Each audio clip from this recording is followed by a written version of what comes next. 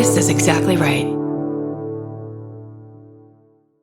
The best time to think about home security is before you need it. That's exactly why there's Simply Safe. Traditional home security only alerts you after a break-in has already happened, and that's too late. Simply Safe is changing that. Simply Safe's US-based live agents identify threats on your property and help deter them so intruders never get to your house. The system is customizable so you can build one that fits your home and your specific needs. The 24/7 professional monitoring is effective and affordable and won't lock you into a long-term contract. I think that's what's so scary for so many people is that long-term contract. And like, what if it turns out you don't like it or need it, but they don't have that because they know you'll like it and you'll know that you need it and feel so much safer when you have it. Like at this point in my life, I would never go without a security system on my house. I just feel safer with actually having Simply Safe around. There's a whole staff at Simply Safe that's waiting to talk to you and help you out. Right now, you can get 50% off your new system by visiting simplysafe.com/MFM. That's half off at simplysafe.com/MFM. There's no safe like Simply Safe. Goodbye. Get into the Hyundai Getaway Sales Event and get away with a deal so right, it almost feels wrong. Right now, you can get great deals on Hyundai's most popular models, including the adventure-ready SUVs like the Hyundai Santa Fe or Santa Fe Hybrid and the Tucson or Tucson Hybrid. Plus, there's the bold and stylish Elantra loaded with the latest tech. Or go all-electric with the Ioniq 5 or the Ioniq 9. So get down to your local Hyundai dealer and get away with a deal you'll love during the Hyundai Getaway Sales Event. Visit HyundaiUSA.com for details. Goodbye. Vacation planning should feel like a breeze, not a deep dive into countless travel sites searching for the best deal. With Cheap Caribbean's Budget Beach Finder, you can search every destination and every date all in one search. You'll save time and money with the Budget Beach Finder. Say goodbye to endless scrolling and tab hopping and hello to Budget Beach Bliss at your fingertips. Go to cheapcaribbean.com to try out the Budget Beach Finder and see just how stress-free vacation planning should be. Goodbye.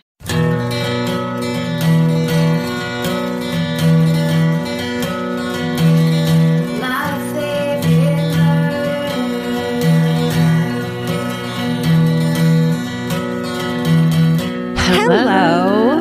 Oh, and welcome to My Favorite Murder. How are you? How are you? This is a podcast. That's how we are. That's Karen Kilgariff. That's Georgia Hardstark. Thanks for having us in your ears. What's going on in here? Ooh. Are you cold? What's that smell? What was that thing we started sending each other pictures of? Tweezers pulling. Was that some hair being pulled out of cat's ears? No, it was poodles. They do this. Well, I found videos of hair, like long-haired dogs get hair like stuck in their ear, you know? And then there's videos of like groomers yanking it out and the dogs give. And they're my favorite thing in the world. And they're right to be making that noise and shivering in disgust because I cannot figure out like that, the zip popping videos. Also love. Like all the different, I can't figure out how I feel about it. Oh, you don't, like you're not like absolutely love or hate. You're like, in it between. Feels like attraction repulsion. It feels like I'm not sure. I want to look away. Yeah. I can't. That's disgusting. I don't want to see it. I can't stop looking at it. Like it's a real, I guess that's part of the appeal for people. I love it purely and with the pure heart and soul. But then I can't watch like people getting punched. Like stuff like that upsets me a lot. Oh, that's what I am looking for. Like when there's going to be a fight on like, you know, on the Senate floor or something, I can't. I get so upset and I feel so bad for everyone involved. And on the Senate floor. I don't know. You know, when they box and stuff on the Senate floor. You know, what's really funny is my sister, there was some video that went viral recently of somebody getting punched. And my sister, I was like, I can't remember how we were talking about it. But at the same time, we both started laughing and because people were flipping out of like, oh, this person got punched or whatever. Yeah. And at the same time, we're like, that was not even a good fight. That was not even a good punch. And then we started laughing because when we were in college, my sister hung out with this group of guys it was all people from my high school. Like a huge group of people from my high school went to Sacramento together. Yeah. And some of my cousins. Like there was a whole bunch of us up there. And so everyone would go I mean, I couldn't, my sister was old enough to go to these bars on the weekend, but she would go with this group of guys who at the end of the night would absolutely fight someone in the street. And it was just going to happen because they were going to get drunk and they were going to start a fight with somebody. And so like someone they didn't know or part of their group. It just depended, but usually it was someone they didn't know. And so my sister, they would, end up standing outside Black Angus or wherever the fuck they would be. And, my sister's in her like Guess mini skirt and her arms crossed, all rolling her eyes. And then there was always like girlfriends standing next to her, like crying and going, stop it. And she'd be like, just be quiet. It's going to be over in like 5 minutes. Don't worry about it. She's playing her part. That's her part, is to get really upset. And meanwhile, my sister's like checking her watch and she's just like, yeah, this is what happens every weekend. Just, it doesn't need to be that big of a deal. Oh God. It's so funny. I'm not into fighting. Love fighting. It scares me. It scares me. And it's also just like the way that people's face looks when they realize that getting punched hurts, even though they've been talking a lot of shit. And suddenly they're like, oh, this is real. Yes. I don't like that feeling of that cold washing over you of, oh, this is fucking happening. Yeah. Well, very true. And I do not envy boys and men who sometimes feel that they have to get into that situation. Yeah. Like that's the only choice they have, or they have like a smart mouth or a bad personality and they get themselves in that situation. But at the same time, and I think it's because my dad was just kind of like a real big guy. Yeah. So I never had to, I just knew that if anything happened, I was with the guy that was going to win. Totally. He's bigger than everybody. And he was scary, even not punching anybody. Yeah. He could be scary enough to make people go away. He's an intimidating presence. And actually, what Vince's dad always said is, when Vince was a kid, Vince's dad said to him, don't start any fight, but finish every fight. Which I love so much, which is, I think, how you should live your life. Completely. Like, you don't let people walk on you, but you don't look for trouble. Right. My mom told me this great story one time. They were walking in some little town, like, they went out for the day and had lunch or something. And they were walking by this bar and there were some dudes standing outside the bar, like, hanging out or smoking. They kind of looked like biker dudes. And as they walked by, one of them made a joke about my dad being bald. What? And they kept walking. And that my mom said they walked like 10 more feet.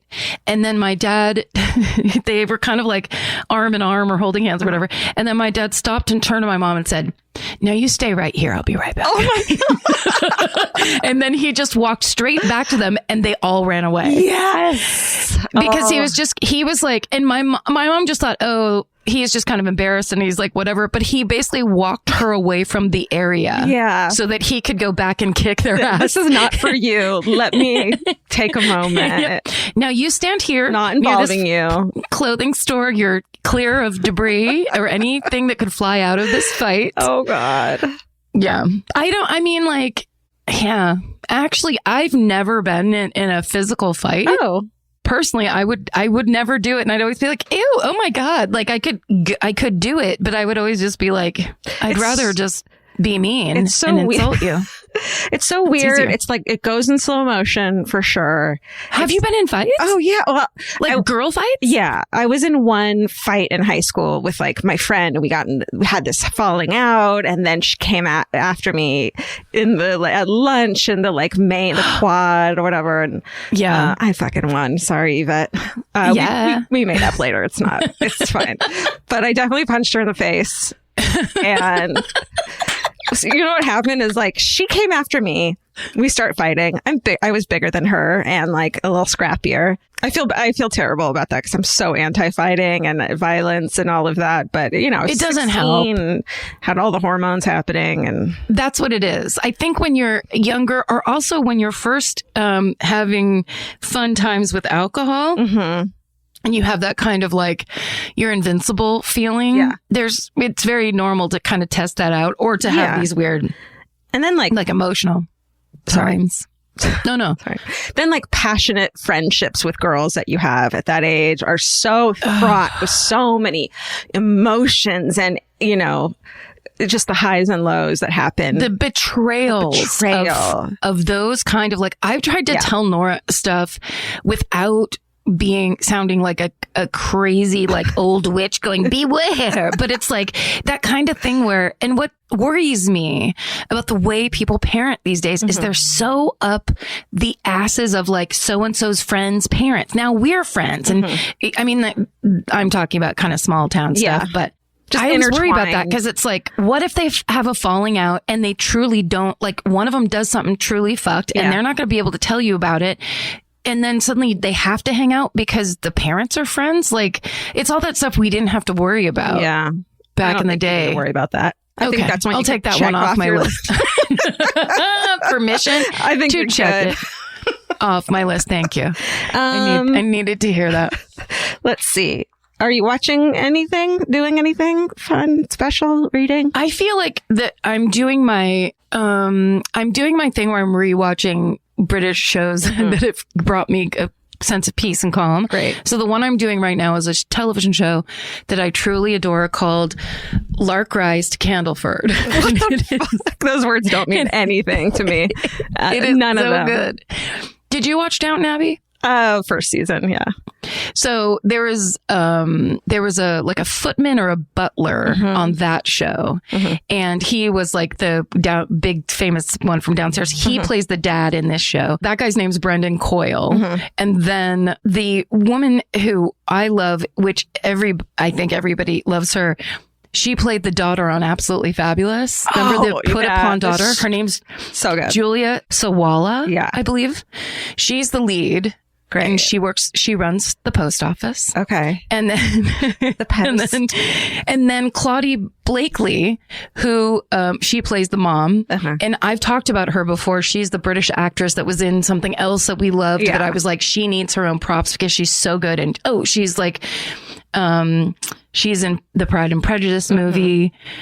She's amazing. So it's basically kind of like all my British actor friends in one big show. And then it's like village life in the like, it seems like, I don't know, mid 1800s. Okay. That sounds like everything I don't want and everything you want. And I'm really happy for you. It is. It's like everything I want. But it also is the thing where, you know, like, and maybe this is a quarantine thing, but like around the time I start watching TV at night, my brain is like, oh, you can just go hang out. It's almost like I'm going into another room where the people are. It has that vibe because it's families and there's like little problems. It's almost like a British soap opera a little bit. So you're like actually having a life still. Yes. But it's just, you're not involved in it. It's very sad. I'm not saying that. It's not.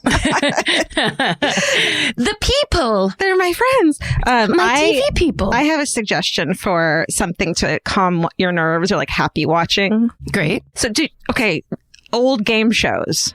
Sure. There's a channel called Buzzer, B-U-Z-Z-R. I think it's like an app you probably like have to add on or whatever. Sure, always. That just shows old fucking weird game shows. And there's this one that we had never seen before that we are now obsessed with called Concentration.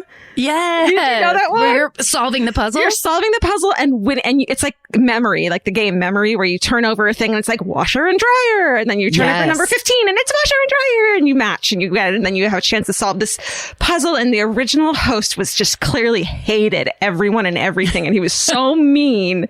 And the puzzles were so hard. And it would be like a riddle that you'd never heard of before. So everyone lost. Sorry, really quick. Yeah. Was the puzzle that was revealed there's a word for it and I won't be able to remember, but like it's those things with the I see the cow or whatever. Yes. Okay. So there are people right now that know the name and are yelling at their phone, and I'm sorry, but they're also the things that are inside the Pep's blue ribbon caps. Like a riddle using pictures. There's a word. Yeah. Rubin. Yeah. Sure. Rebus. It's a fucking rebus. Really? You got it?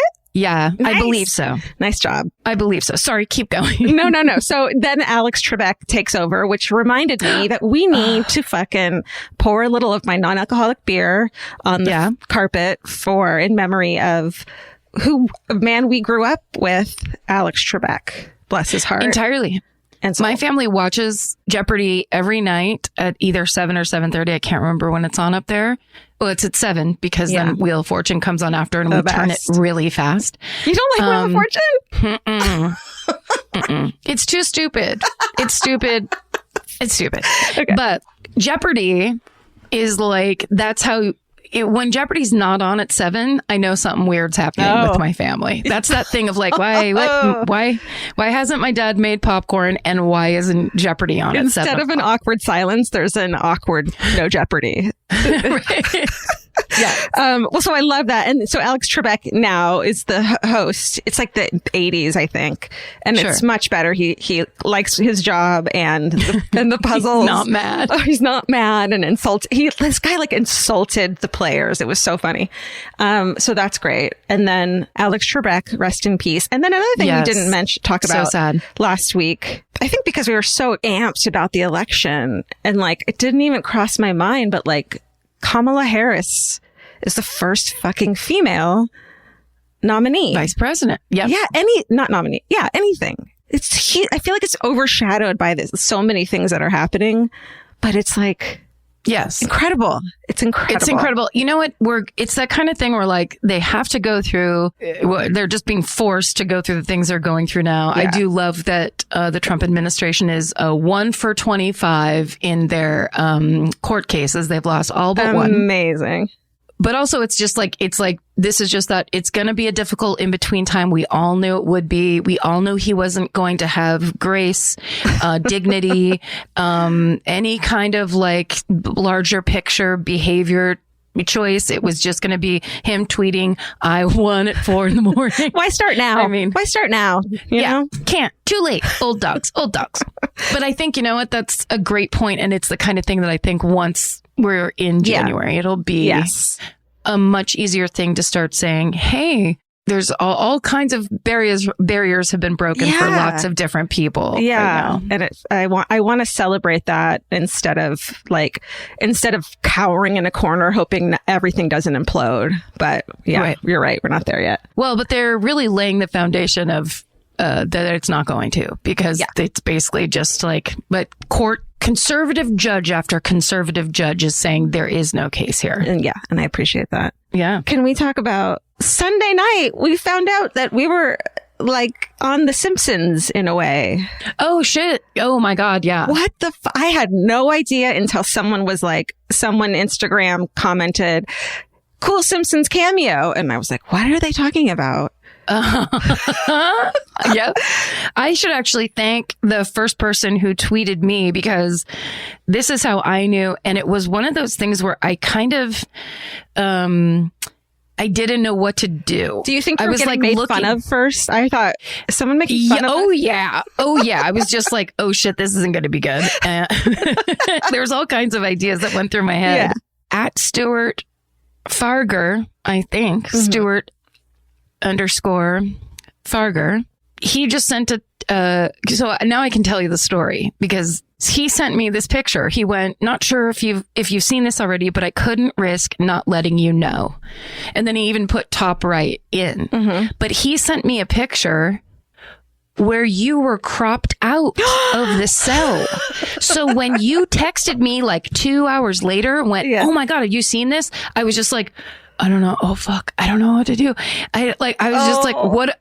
I was just like, my thing was, I guess I'll never talk about it, because it's like the cover. It's like your feature in the Sacramento or in the Petaluma newspaper where they crop me out, but it's the fucking Simpsons. But it's the Simpsons. But you're like, the G was there where I was like, oh fuck, this isn't good, whatever. And then I opened the one you sent me and I was like, oh my God, thank God. Oh my God. Oh my God. I appreciate you not celebrating without me. Well, that's not a celebration. Thank you. It almost looked like, it's just like, it almost looked to me like it's, first of all, like it's a movie when it's an animated thing, but it's just like, that didn't make it into the shot. Right.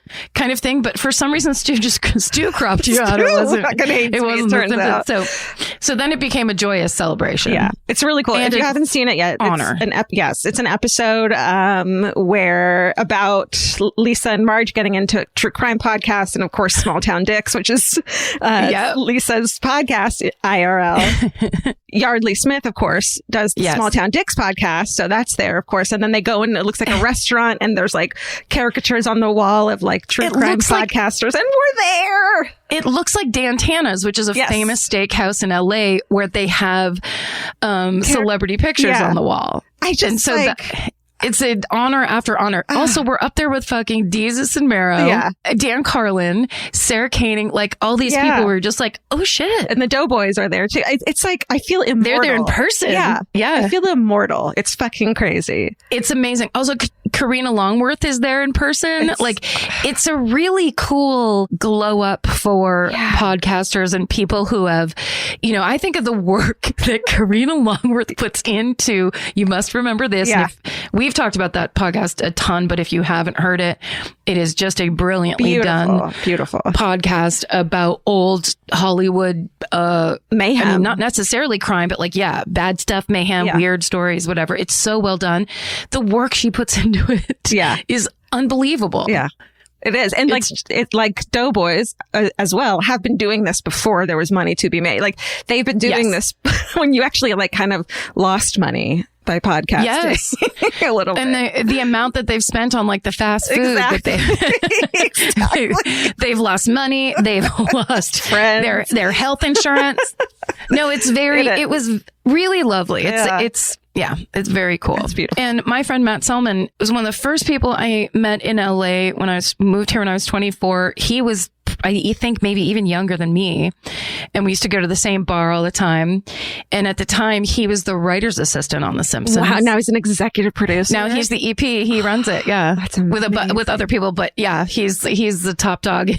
Amazing. So so then later on, he sent me an email saying, hopefully you saw the Easter egg and hopefully we hope we did podcasting right or whatever. It was really lovely. Honored. Yeah. Honored. I just can't even.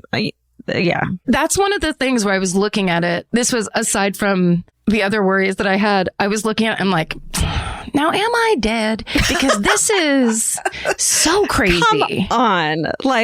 Is this real? There's no way. Yeah. How important Simpsons was to me throughout my childhood. To the point where my sister yelled, Mom, George is having a cow when I had a seizure. That's how important it was. It is a big deal. Yeah. I mean, it was a big deal. Yeah. You were probably 11, right? When it came out? Because I was 19. Yeah. And it meant the world to us. It's 21. Incredible. It was a big fucking deal. It kind of reminds me of when I saw Weird Al for the first time. And I was like, oh my, and I just had to text my brother, I know this is crazy and we have, it was wild. These moments, these are high, caliber. I was going to say high water moments. That's not the saying. I don't know what I'm saying. It was high caliber. Really. It was a boutique moment. I just wanted to, I feel like I'm in now that it isn't pre-election week or election weekend or any of those things, there's a tiny bit of normalcy ebbing back into life or whatever. Mm-hmm. And it's making me actually feel my feelings again, which I don't appreciate or enjoy. But this morning, so, as I've told you a million times, I keep all these papers just sitting on my desk from every time we record. So, because I'm always like, you have to use it for scratch paper. Oh, it's sitting right in front of me. And this morning, my therapist had a couple bangers, and I just wanted to share them with you. Because I literally was like, sorry, I need to write this down. Stop talking so I can write this down. Because I think I was just talking about how I'm having a hard time in COVID, kind of like I'm having reactions that don't make a ton of sense once they come out of my mouth. And then I get really self-loathing and feel a lot of shame. To which she said, she's like, that's toxic shame. And toxic shame lies in wait for those moments when you falter so it can jump out and yell, I was right all along. You're bad. I feel that one. Yeah. I feel that. everybody feels shame, and sometimes it's actually very helpful. It keeps you from doing things you don't want to do that you've already done before, whatever. But when you have toxic shame, it's a different thing. And when when that is your problem, you fall victim to this voice in your head that tricks you into thinking it knows everything and it's telling you how you are. Right. And that isn't accurate, and it never updates itself. It never, it's old. She always uses the example of, in A Beautiful Mind, that how the mathematician eventually understood I'm having a schizophrenic episode because the people never aged that would appear to him. Ooh, I never saw that movie. It was always a little girl. Okay. She never got older, even though he was getting older. His roommate was never different. And it's that, and she goes, and that's you have to start putting out these markers so that when you have these waves of feeling, you can go, oh, no, this isn't you finally accepting reality. Yeah. That's not it. Shit, I like that one. I'm always trying to like put a name on that person or to describe that person. My therapist is always trying to get me to like, it's not you, it's a different fucking voice. And that's a really good one where it's like, I can picture it. They're tricky. The voice feels like you. It feels like your brain. And it feels, sometimes it's like, I'm just trying to be nice to you and tell you how you are. And then good thing I've got you, or you would fucking humiliate yourself all the time. Right. Yeah. And where it's like, and then meanwhile, on the outside, everyone's just like, what's the problem? we had a great conversation. Yeah. What's happening? Yeah. I get it. Just want to put that into the old free therapy corner that we've started doing for everybody. If anybody out there is dealing with toxic shame or an internal voice that sure is mean to you. We all are. Yeah, everybody is. Oh, also, she told me that when you have a wave of that, it usually takes 15 minutes for it to go away. Oh. So it seems like it's coming, and it seems like, oh, this is permanently how things are forever. But if you can be aware that it's you're having an emotional moment, you just put on music for 15 minutes. 15 minutes. It's not forever. Okay. Yeah. You move through it. So I shouldn't just start yelling at it. Fuck you. Go away. Get out of my fucking head. I hate you. Certainly don't start yelling at others. Out loud is the only cure. Is for me to start having straight up. Start having punching it in the face so that I'm just throwing punches. Old school Black Angus, left, right, left hook. It's the old combination out in the street in old Sacramento. Okay. Let's fight in the street with Exactly Right news. Nice. Beautiful segue. Thank you. There it is. Thank you. There it is. Merch design news. We have a new look and listen design. Yeah, it's done by a friend of the family, Kate Lowe, Lowe. It's Kate designs it on Instagram. It's just this really cool line drawing of our faces. Very simple, neat, beautiful look and listen. Continual script. Line drawing. Yeah. Yes. It's very delicate and it's kind of different. I really love it. It's so good. It's very different than like what we normally have, I feel like, which is great. So check that out on the website store. And then it's on myfavoritemurder.com. And that's then right. Do you want to, what podcast from the Exactly Right library are you going to shout out this week, Karen? Well, first of all, just so everybody is aware, and this is something you may have heard the ad about or whatever, but the Exactly Right Network and all the shows therein, may I use the word therein? We're now on Pandora. Right. So if you use Pandora, if you're into streaming, if you're into experimental streaming, it's free. But you can go over to Pandora and you can listen to My Favorite Murder. You can listen to all of the shows on Exactly Right. And please do. Come support us on Pandora. Totally. For example, one of the shows, This Week's Bananas, I have to tell you, I just listened to it this morning. The guest on This Week's Bananas is infectious disease researcher Laurel Bristow. She is the woman that's on Instagram, basically from the beginning, helping people understand what's going on with COVID. She's basically like, I think a science translator is the term they kept using on the show. Yeah. So she basically updates people, tells them stuff, and she also started my sister is her number one fan. Nice. So I've been hearing about Laurel for a while, and now she has a thing called Yeah Dog No Dog, where she answers really stupid questions about the pandemic and about COVID, and then people ask if we like, but isn't it my rights or whatever, and she'd be like, no dog. Yeah, dog, no, I love it. Super funny. Yeah. So and also it's so fun when people like that aren't just good at the one thing they're good at. Yeah. She's such a delightful, hilarious guest that's so good on that show with Scotty and Kurt. So Love it. Listen to Bananas. Definitely. And then I want to talk about our newest podcast, I Saw What You Did.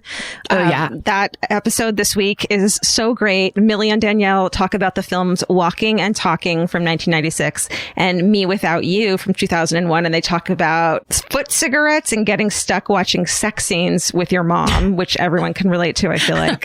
So that's out this week. I Saw What You Did. Such a great podcast. Please check that out. And then also make sure that you rate, review, and subscribe to any of the podcasts that you love, including us. If you feel like doing that, please do. Yeah. It really just helps every podcast get more recognition and get more listeners, which is a bonus. Yeah, sometimes if you look at the iTunes top 10 or whatever, and you don't see the podcast that you love, it's because not enough people have written in or rated, reviewed, or subscribed. Exactly. So get involved on a local level. It's funny because I thought this week you were going to pick the Purrcast because they have paleontologist and fossil disease specialist Yara Haridi on, who has a gorgeous Siamese kitten. I was positive that's what you're going to talk about. I don't like competing Siamese. All right. Ooh, Steven, sorry, you're going to have to take a back seat to Elvis. I don't want to see the two Siamese cats fight. I'm sure they would get along. I'm sure they would take a nap together. Oh. And then,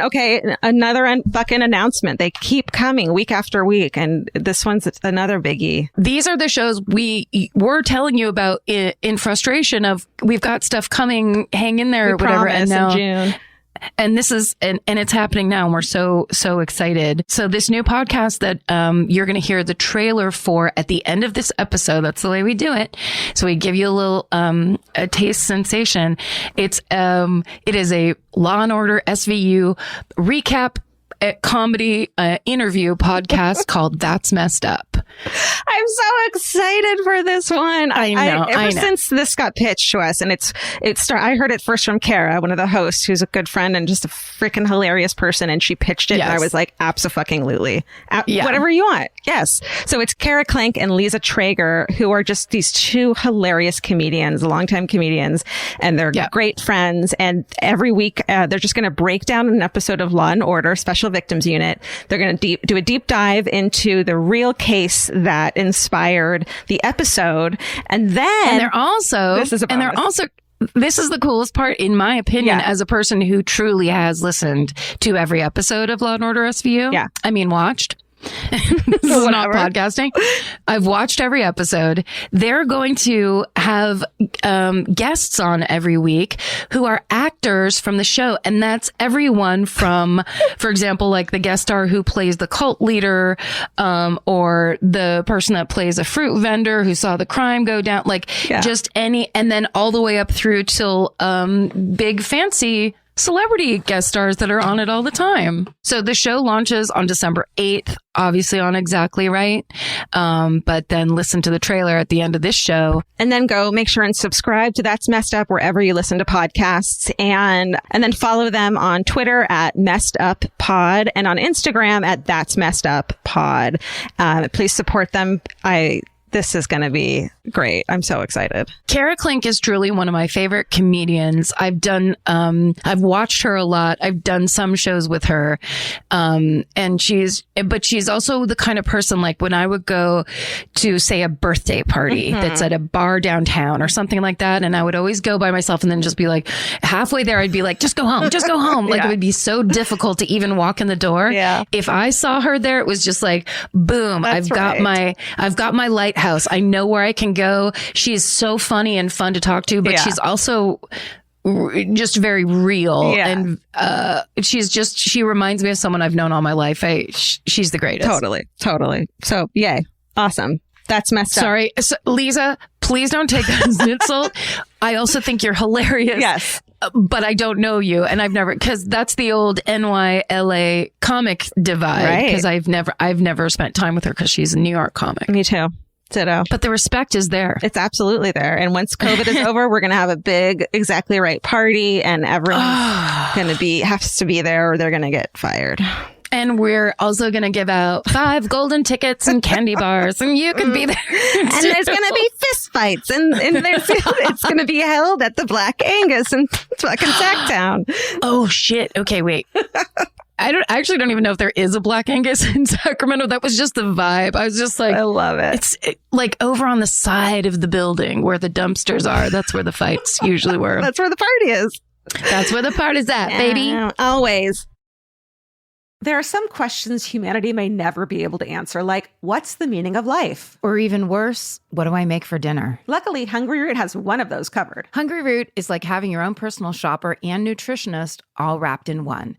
They'll take care of the weekly grocery shopping and recommend groceries and meals tailored to you. Imagine a world where shopping, planning, and cooking food is simple and stress-free. That's a reality with Hungry Root. Once you tell them about your goals and preferences, they fill your cart with personalized recommendations. And those recommendations get smarter as Hungry Root learns more about what you did or didn't like. Most of Hungry Root's recipes can be made in just 15 minutes or less. I complain about dinner and cooking and that kind of stuff constantly. And Hungry Root provides exactly the thing I'm complaining about's solution. Like they make a zesty chicken avocado sweet potato bowl that is exactly what I want at the end of the day, but would never, ever take the time to make. And with Hungry Root, it's just right there. It's waiting for you. For a limited time, get 40% off your first order, plus get a free item in every box for life. Go to hungryroot.com/MFM and use code MFM. That's hungryroot.com/MFM, code MFM to get 40% off your first box and a free item of your choice for life. Goodbye. This podcast is brought to you by Squarespace. Every successful small business starts with someone saying, I wonder if people would actually buy this. Squarespace gives you everything you need to find out. From consultations to events and experiences, you can showcase your skills with a customizable website designed to attract clients and grow your business. With Squarespace's collection of cutting-edge design tools, anyone can build a beautiful, professional online presence that perfectly fits their brand or business. Get paid on time with professional invoices and online payments. Plus, streamline your workflow with built-in appointment scheduling and email marketing tools. Head to squarespace.com/murder for a free trial. And when you're ready to launch, use offer code MURDER to save 10% off your first purchase of a website or domain. Goodbye. You know your favorite summer clothes by what actually makes it into your suitcase. Find the outfits you'll wear all season long at Quince. Quince's 100% European linen pants, dresses, and tops are the pieces you'll reach for all summer long. They're lightweight, effortless to style, and they start at just $32. Their denim is soft and comfortable, and their organic cotton sweaters are perfect for layering when evenings get cold. Quince's beautiful 14-karat gold jewelry adds a subtle finishing touch. So I just went to Italy, and you bet I brought my 100% European linen scoop neck midi dress along with me in the color of floral waterfall, and I wore that thing all over Italy. It was like the perfect day to night. It just looked so pretty, and I felt like I looked sophisticated while still being comfortable. Make your summer wardrobe feel easier. Head to quince.com/MFM for free shipping and 365-day returns. Go to QUINCE.com/MFM for free shipping and 365-day returns. Quince.com/MFM. Goodbye. Okay, so we're doing a quilt episode this week. Oh, thank God. Oh, let's just say this really quick before people in the fan cult have learned this bitterly, and we do apologize, but we're almost out of live shows because of the way time passes and the way and how many we've posted and how many we've used and the fact that we were supposed to start our tour I think in May. Oh, was it September? September. Yeah, it was supposed to be a fall tour. Remember? Was it? Yeah, it was going to be a big fall tour starting in September or maybe even August if Joe got his way, our touring agent. Yeah, it's hilarious and bizarre to us, but this is what we're doing with the last of the live shows. Right. But also, if you're in the fan cult, don't you worry, because we've got plans and schemes of things that we are going to start posting on the fan cult that we're pretty sure you're going to think are better than the live shows. Right. And also, don't forget that in the fan cult, the live shows are in there. You can listen to them anytime you want. That's right. So it's not like they're all backlogged in there as well. There's a whole thing you can get into. Yeah. So this is what we're doing this week. Who goes first this week? I think it's you, right? No. No, it's you, Karen. Oh, it's me, Karen. God, what happened last week? So we're talking to people right now. I'm talking to you, South Carolina. I don't know if you remember in 2018 when me and a little lady named Georgia Hart Stark came to see you at the North Charleston Performing Arts Center. And this is my story from that night. It is the story of old-timey, legendary lady female. Lady female? No, I love it. Go with it. Do it. I've lost my mind. Live it, love it. Learn to levitate. The lady female serial killer, Lavinia Fisher. Yes, this is a good one. My story is also super old. Cool. Okay. Because, Charleston, I don't know if you know this about yourselves, but you are the home of purportedly America's first female serial killer. Lavinia Fisher! What's up? Lavinia Fisher. Let's take it. Oh, shit. She's doing a fucking George Washington. She's fucking chilling like George. What's up, bitches? That's what she's saying. What's up, bitches? I'm the first trailblazer. I guess that color yellow was kind of popular back then. I guess so. A mustard? Here's what's funny. Steven sent me, so Steven, of course, handling everything always. And he finds us, like the photos, you know, he does the good searches for us. He makes this, because we don't know how to. And then he makes that pretty thing. He's so good at computers, little Steven. He sends me this picture and he goes, they're not sure if this is actually a picture of her, but this is what shows up every time you put in Lavinia Fisher. Like, it's not guaranteed that this is her image exactly. It could just be like a cool old cigar ad or something, but... Don't fuck up our correct streak of this podcast. Well, she looks... We've been so right all night.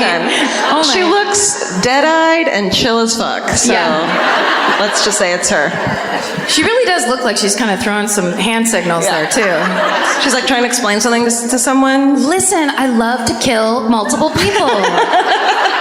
In a short amount of time. It's what I do. Okay. She was born in 1793. Okay. So we're back where you are. Here we are. These might be parallel stories. While people are in the dungeon, she might have been killing people. Okay. There was nowhere to go in Charleston. And that's pretty much, aside from her being born in 1793, that's pretty much all we know about her for sure. They don't know anything about her early family life, or at least I don't. And my level of basically research. that's all that matters. I bet you there is some kind of a history professor in this audience right now who's like, I can tell you a couple things about don't know about her early life or her family or where she was born or her maiden name or really anything at all. But we told you nothing. Not a thing. One thing is very clear, that she spent most, if not all, of her life and did all of her crimes in Charleston, South Carolina. Yeah. So in 1810, she would have been 17. I'm just trying to do the math in my head of like when this is, because literally there aren't years until like near the end when she gets arrested. So It's like history didn't like women or something. it's weird. Didn't care. It's like female killers weren't as important. Yeah. We can hazard a guess that the following events began sometime around like 1810, 1815. Great. Thereabouts, rough estimate as the crow flies. All right. So, just to talk about America in 1810 and in South Carolina at the time, 40 years after the American Revolution, so actually not close to your time. Well, we were there. We were just there. We were nearby. So this is baby America. Cotton is king. In this area, of course, slavery is legal. Charleston used to be the capital of South Carolina, early days. Oh, you guys Did you know pissed? that? I did. Are you guys mad about that still? They moved it up to Columbia because everyone... Okay. Congratulations. Congratulations on your win, your big win. That's right. Columbia is more central to the state. So everyone, all those lazy legislators were like, can we just be in the middle? We're always going to the coast.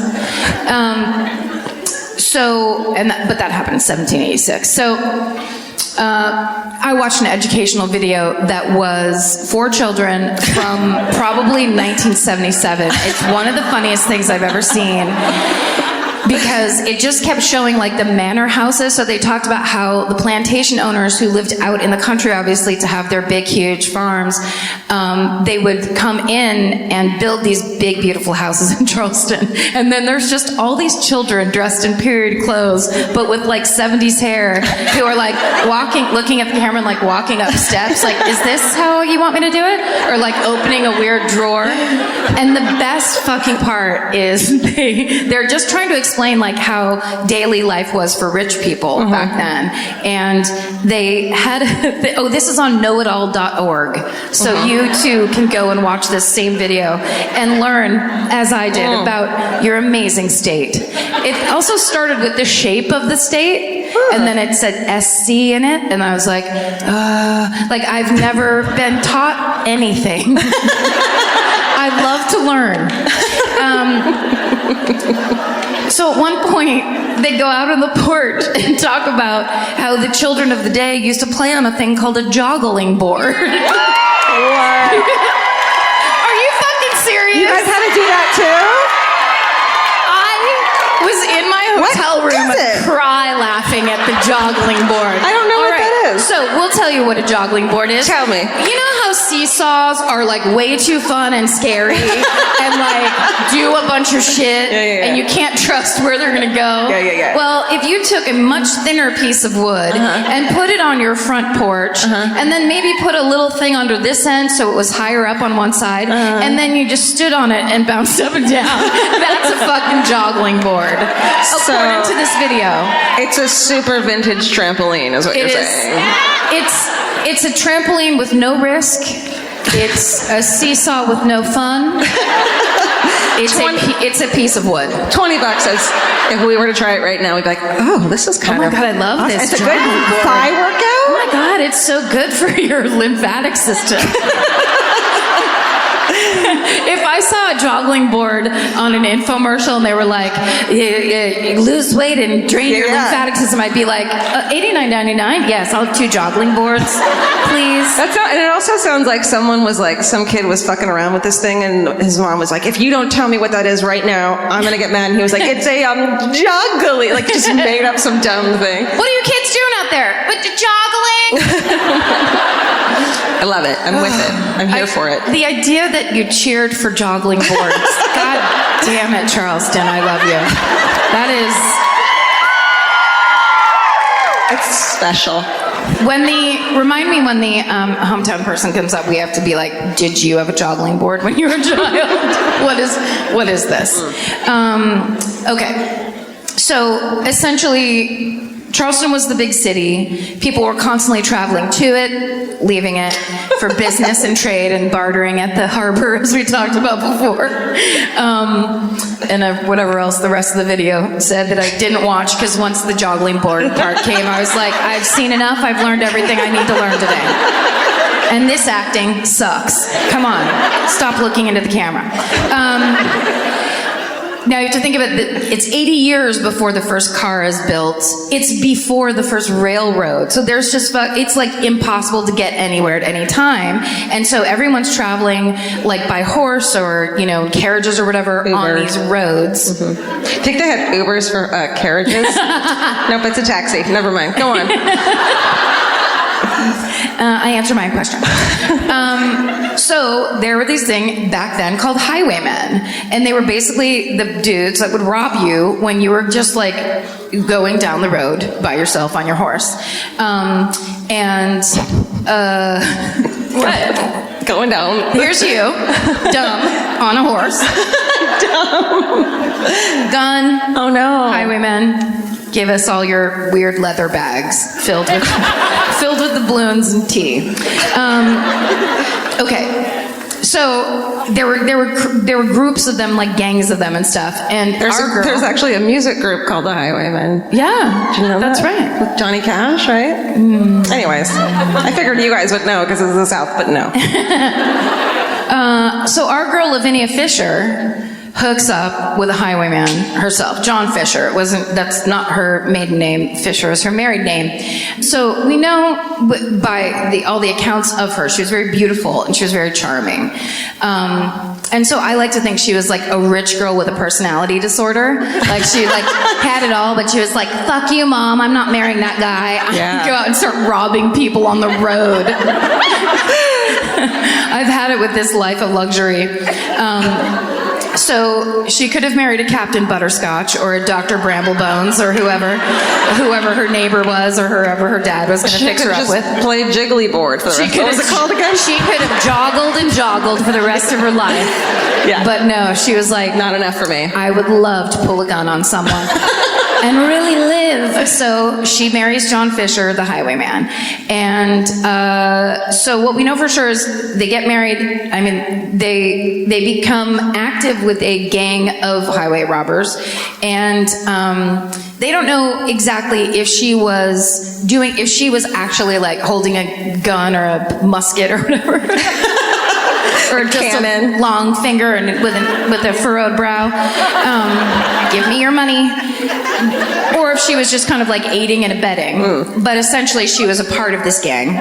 And eventually, and they don't know if John and Lavinia bought because they ended up buying an inn, and it's called the 6 Mile Wayfarer House. Located how many miles away from Charleston? Let Georgia answer. 6 miles. That's right. Thanks, guys. They helped me cheat. Not to be confused with the 5 Mile Inn, which was 1 mile down the road. I'm not joking. They weren't big into names back then. I clearly wasn't paying attention to the name of that place. So they don't know if they bought it with their robbery money or if they just killed the previous owner and took over. I bet that one. I bet it's number two. Yeah. So they basically take possession of the 6 Mile Wayfarer House, the 6 Mile Inn, essentially. And we know that Lavinia had no problem with crime, whether she was just kind of making dinner for everybody or whether she was doing it herself. So here's how they did their crimes. She would go into Charleston and she would lure men back to the 6 Mile Inn, inviting them to dinner, possibly drinks, maybe some nice music. maybe music, a little chit chat about news of the day, and probably getting them drunk so that then they would need to stay there to sleep it off. And as they turned in for the night, she would offer them a cup of tea. And yes, what does that remind you of? Poison. Right. That's right. What else? The Sinner. Oh, The Sinner! Watch The Sinner, so good. Karen texted me the other night, Wednesday night, when The Sinner, is everyone watching it? When The Sinner It was the final episode. It was the final episode. It was season 2. It was the middle of the final episode. We were in our hotel. I'm not going to do it. I'm telling you, she sexted me. I was like, hey, are you busy this weekend? Nice save. Thank you. She essentially said, I can't believe the blank did it. And I was like, did you just fucking spoil this for me? I was Now sleeping. I'm going to retell the story of the way it actually happened. We talked about watching The Sinner together before we left for the trip. Yes. At the airport. And then all the way up until the thing we always do, which is we're like, let's do a thing. And then we're like, I'm tired. I'm going to stay in bed. Yeah. We're going to order room service. So I assumed, because I was obsessed with, I was like checking the time. I looked it up on the internet to make sure that I was not going to miss it. So I was so on it. And we were texting about something else. And I did text Careful. you. Don't give a spoiler away. Bloody blood. Simple fact with not a lot of words like she just said. But it did have one word in it that was key. And then I was just like, oh no. I don't care. If it's happening to me, it's happening to you. So I was like, we're watching The Sinner right now. There's no question in my mind. Sorry, Georgia. I'm sorry. I'm sorry. I'm sorry. I'm really sorry. Let's go to therapy and talk about it. Okay. So bringing it on back. Or tea. The tea. Got it. She gives them tea and it's fucking laced, of course. So these men go up into bed and there's a lot of different versions. Of course, this is a lot of legend because it's a very old story. But basically, here are the several methods that are known of the way that they would rob these men that she lured back to the inn. She would give them the tea. They would get like basically high off of it and go to sleep. And then while they were sleeping, they would rob the people, get all their shit off of them so they couldn't fight back. And then once they were done robbing them, they would flip the bed over and the floorboards would separate, open up, and there was a pit underneath the bed that they would dump the body into. And some say the pit had spikes at the bottom. That turned real quick. So Yeah? I'm like, taking some tea. You're like, thanks for the lamb chop, Lavinia. I think she likes me. Dead. Oh my God. Now, also, sometimes she would give them the tea. They would be like, well, I feel crazy. I'm going to lay down, go to bed, pass out, be high from the tea. And then John would just come in and stab the fuck out of them. And then they would flip the bed over and the body would go down into the basement. They sound like bad people. I think they weren't good. And then they would rob them, of course. Sure. The third way, and of course my favorite, she would drug them, get them up into bed, get into bed with them, and then crush their skulls with her thighs.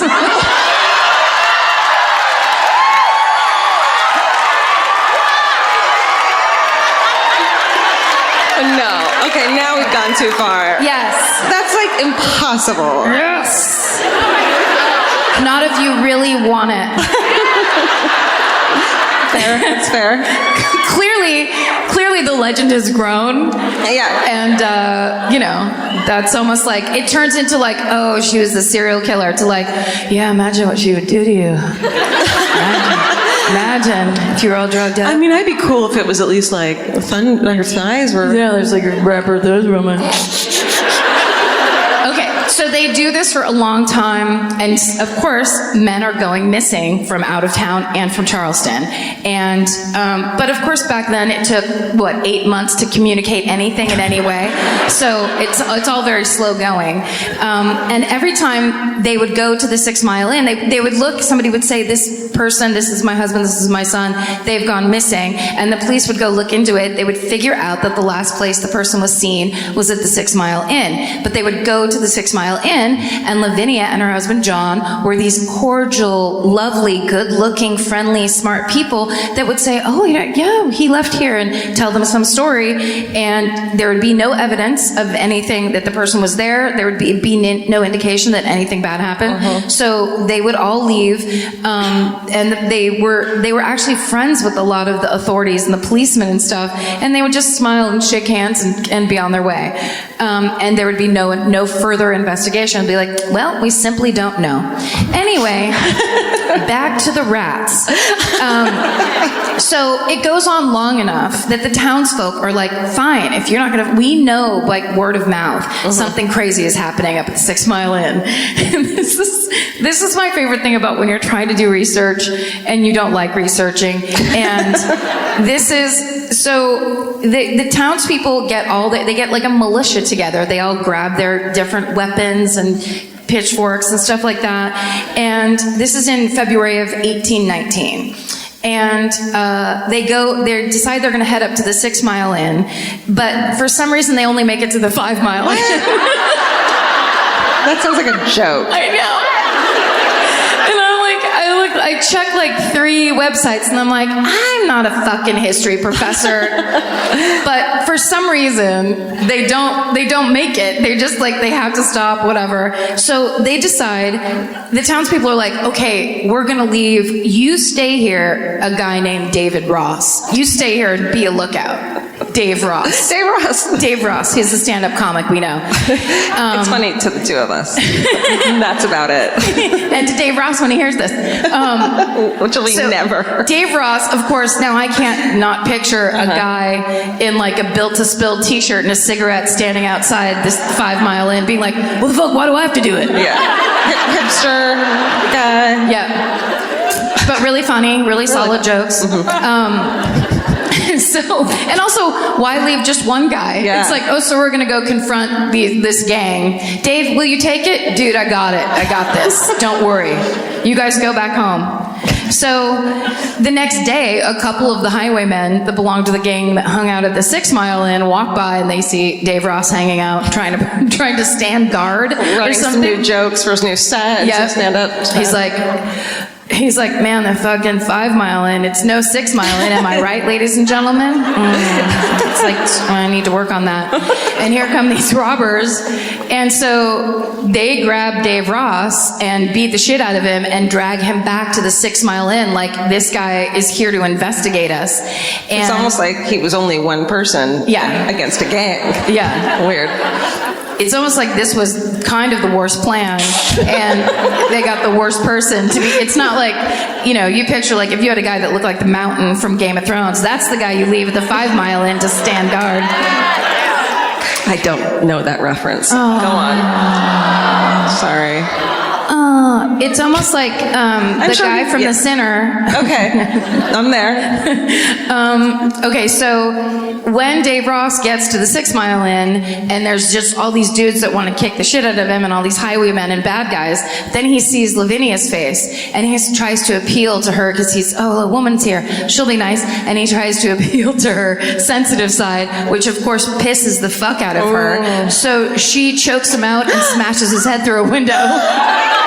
Lavinia, chill the fuck out. No, equality. Okay. Okay. She's like, how dare you think I'm empathetic? So, let's see, what does he do? He somehow escapes. He runs 6 miles back to Charleston. I put that in there. And he reports the incident to the authorities. So around the same time, a traveler named John Peoples is traveling from Georgia to Charleston. And he stops at the 6 Mile Inn, and Lavinia's like, I'm sorry, there's no vacancies, but you can have dinner and, of course, nice cup of tea. And she did this. This is another way that she decided on who to rob and kill. She would just chat with them, obviously during dinner, and ask them a bunch of questions like, "What do you do for a living? How much money do you have in your pocket?" Oh my God, that's crazy. Right. And she would just milk them for information, and then they would decide if that person should stay there so that they could rob and kill them. Sure. The entire time, John Fisher is just kind of standing off on the side staring, which is such not a good plan at all. Yeah. It's the husband should go for the, I mean, if you need to do this now, and you may, for this plan. So this guy, John Peoples, is getting the weird, he's like, this is the weirdest fucking place I've ever come to. And as he's answering these questions and John's staring at him, he's like, this vibe is odd. When she gives him the tea, just by chance, he doesn't like tea. So when she's not looking, he dumps it out in a potted plant. Did they have potted plants back then? A spittoon, maybe, of some kind, or Love it.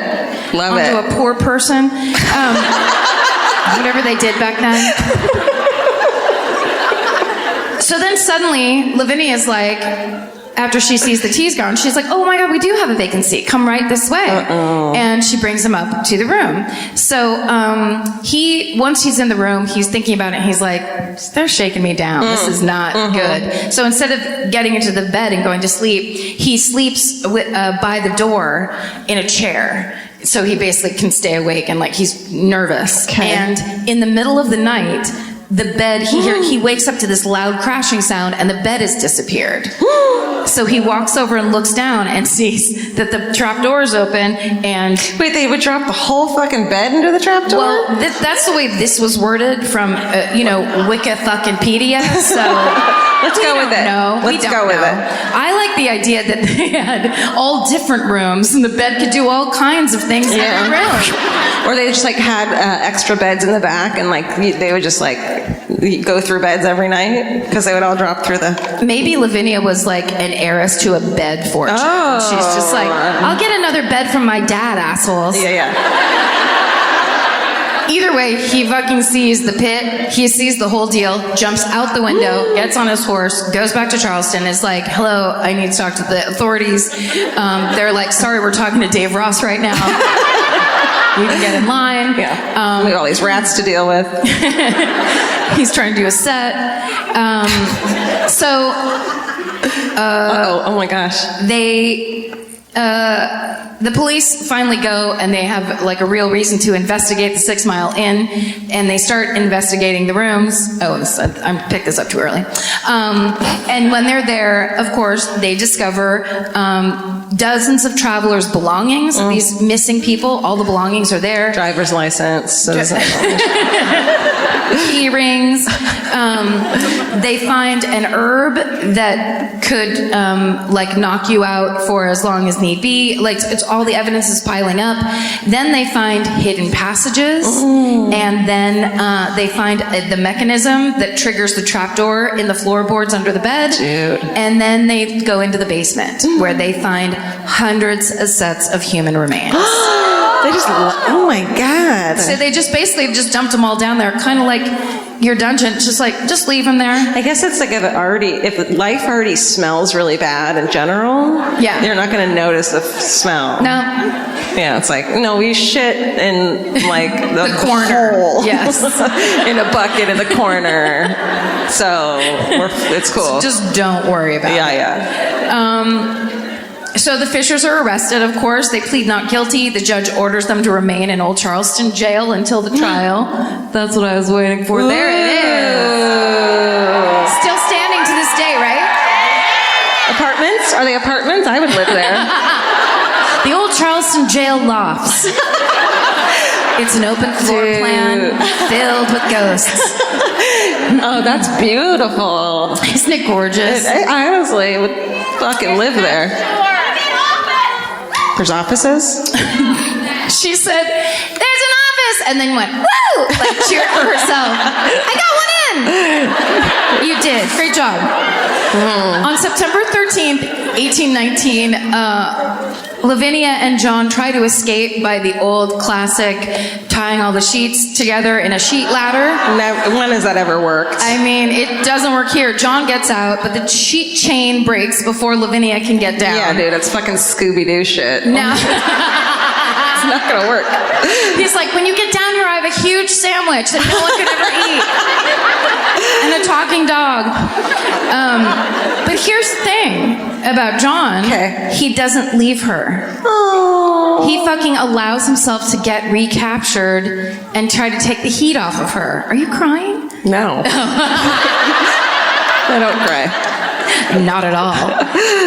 No, but that's very sweet. I think it's beautiful. They both are found guilty of robbery. Which at the time is a hangable offense. Sure. It's just basically how they took care of business back then across the board. They also got murder. Okay, good. Yeah, I was hoping that one would stick but too. Once you get hanging, Yeah. it's all gravy. Right. They're sentenced to be hung in the old gallows behind the old Charleston jail. Till they die. Till they die. Yeah. February 18th, 1820, John accepts his fate, and he only pleads to the priest to save his soul, not Lavinia. Lavinia fucking, she's pissed. In court, she says, I can't be hung, I'm a wife. And so the judge goes, okay, well then we'll just hang your husband first. Oh, shit, dude. Yeah. Yeah. It's like a rap battle. That Like an for early real. fucking insult battle. Oh, you think you have the solution? Yeah. Watch my mind at work. Yeah. So then the next trick she had up her sleeve was she walked out to get hung in her wedding dress. Oh. Because she believed that if somebody in the crowd, because as you're saying, it's like people love to show up for hangings. Sure. That was like the thing to do. Sure. That was like Shakespeare in the Park for these people. So she figured she would look beautiful in her wedding dress and maybe a man would want to marry her real quick, and you can't hang a bride. Doesn't work. No one's into her. No one thinks she's hot. Because also you got to think about, like, I'm thinking of like a Vera Wang. There's like bling, as they say, and poofy sleeves. No, this is just like fucking white rags. Yeah. Whitish rags. It's several white rags sewn together. Exactly. That she tried to escape with, and it didn't work. She makes a wedding dress out of tied up Scooby-Doo sheets. Hey, save me? Want to save me? I killed everybody. Want to save me? So, of course, it doesn't work. Then she refuses to walk. So they have to drag this poor murderous bride across the gallows. And with the noose around her neck, she rants and raves while all the Charleston socialites listen to her scream these words. If you have a message you want to send to hell, give it to me. I'll carry it.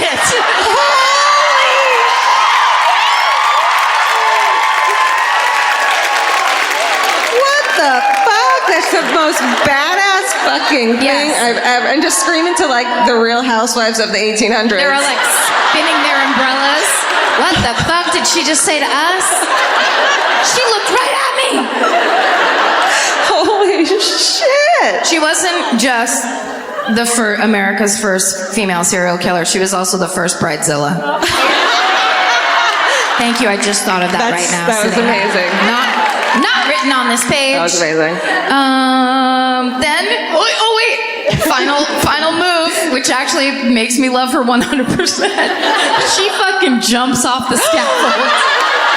She fucking did it herself. Oh my god! Because you probably die quicker, right? I don't know, but I love that fucking idea. Like the guy's sitting there waiting to like drop the floor out from under her, which is her move, and instead she's like, "Do you have a message to hell?"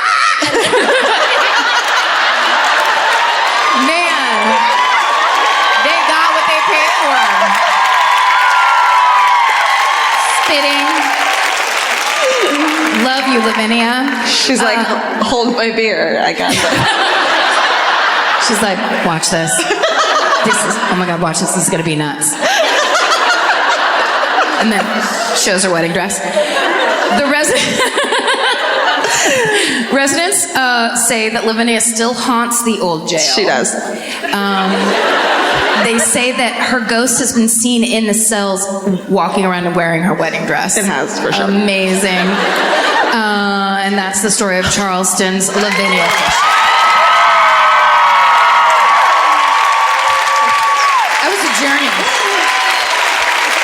That was amazing. I'm so thankful I went first, because how the fuck would I follow that shit up with a fucking dungeon story? If you have a message from hell. I mean, for hell. That's such a great idea. What if someone in the back is like, oh, I'd like to tell my asshole uncle to fuck off. Like, she jumped off the scaffold. She didn't mean she was going to take my message. Just little pieces of paper handed over to her. I really hate. God, really? I'm so sorry that happened to you. Oh, Jesus Christ.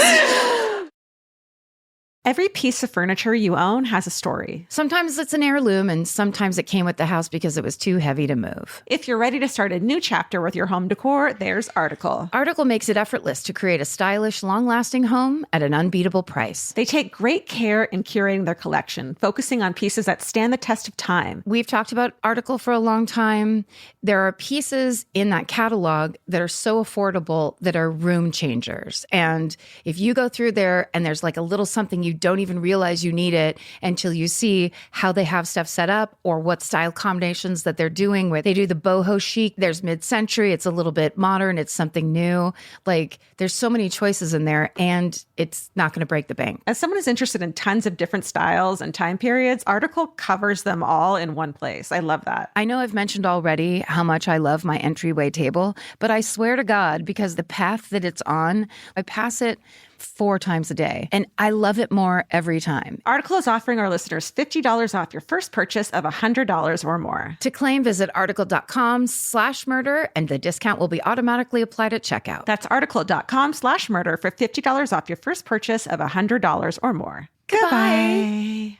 Get into the Hyundai Getaway Sales event and get away with a deal so right it almost feels wrong. Right now, you can get great deals on Hyundai's most popular models, from hybrids to EVs and more. Score on the adventure-ready SUVs like the Hyundai Kona, Tucson, Santa Fe, or Palisade, or the bold and tech-inspired Elantra. And the most advanced and capable Sonata or Sonata hybrid yet. Or go all-electric with the Ioniq 5 or Ioniq 9. But getting away with a great deal is just the beginning, because every new Hyundai is backed by America's best warranty. Which means you can shop with confidence and drive with unrivaled peace of mind. So get down to your local Hyundai dealer and get away with a deal you'll truly love, but don't wait. The Hyundai Getaway Sales event won't be around for long. Visit HyundaiUSA.com now for details. Goodbye. Goodbye. This episode is supported by FX's The Shards, a seductive drama from executive producer Ryan Murphy. Set in 1980s Los Angeles, the series follows a group of glamorous, deeply entangled high school seniors drawn into a life of wealth, beauty, parties, and excess. At its center is Brett, whose reality begins to unravel when the arrival of a new student coincides with a series of mysterious murders. FX's The Shards premieres August 5th on FX and Hulu. Goodbye.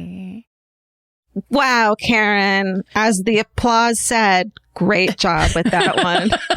Are you seconding the applause? Wow, I double down on that applause, Karen. Thank you. And thank you, 2018 applause. Yeah. I feel like it was yesterday. I wish I could go back on that stage and warn everyone about what's coming. Distance. Okay, so mine actually is timely. It's it's a Thanksgiving Day killing, so it's perfect timing. Next week is Thanksgiving, and you don't have to see your family. Congratulations! Yeah, an automatic get out of a family function for free. Yeah, come on. It's like, have you asked for a bigger gift ever and gotten it? I mean, no, just party. Okay, this story is from Minneapolis, Minnesota, one of our favorite fucking towns. Hell yeah. We did a show on May 19th, 2019 at the Northrop Auditorium. Beautiful place. And so this is the crazy story of murderer Byron David Smith and the Thanksgiving Day killings. Oh shit. Can we get security? Security. That away? Just hanging out, you know? It's almost like with Lincoln, there should have been some security, light security at the door. You know, it's easy to judge now in That's modern true. times, but back then, all they had were lanterns and hope. Lice. Don't forget lice. Oh, and don't forget those bed bugs. I recently read an article that bed bugs survived the asteroid that killed all the dinosaurs. That's pretty awesome. Bed bugs lived. That's cool. Roaches. Was it roaches or bed bugs? It was bed bugs in the article I read. Okay. But we can definitely talk about roaches because that's just as gross as bed bugs or barf. Have you ever had bed bugs? No. I have to say that at 5.5 months of traveling and we haven't had a single scare, I think I'm waiting every fucking time I get home to start itching. Oh, and it just I've never hasn't even happened. Thought of that. Well, I'll tell you all the fucking things I worry about. Great. We're gonna get rid of all of it tonight. It's fun being up in here. All right. Let me tell you, about 100 miles outside of Minneapolis in Morrison County is a small town of Little Falls. Oh, not so small. No, they're all here tonight. Small but mighty, Little Falls. That's right. It's one of the oldest European American cities in Minnesota. It's a river town, and the slogan is, where the Mississippi pauses. Oh. How? I don't know. Maybe they built a dam. I don't know. No, it's like idyllic as fuck, and everyone loves it. It's chill. I don't know if that's true. It's the feeling you're getting. Yeah, it's idyllic, but not so in 2012 for 64-year-old Little Falls resident Byron David Smith. Yeah, he is a local curmudgeon. I called him. Is he a real crumb? He's a real crumb. Tell them why that's funny. We had this is just going to be a series of sidebars until we all stumble out of here in 2 hours. Whisper to your drag along. It's usually better than this. We got it. In Milwaukee, we had a woman come up named Stacy who told her hometown, and she was amazing. And at one point, while she was describing the terrible murder, I think by hand, of a husband killing his wife, and she told some really specific and terrible detail, and the whole audience went, ooh, and she goes, I know, he's a real crumb. Karen lost her I had a full-on nervous breakdown. It was so inappropriate. So he was a real crumb. He's a real crumb.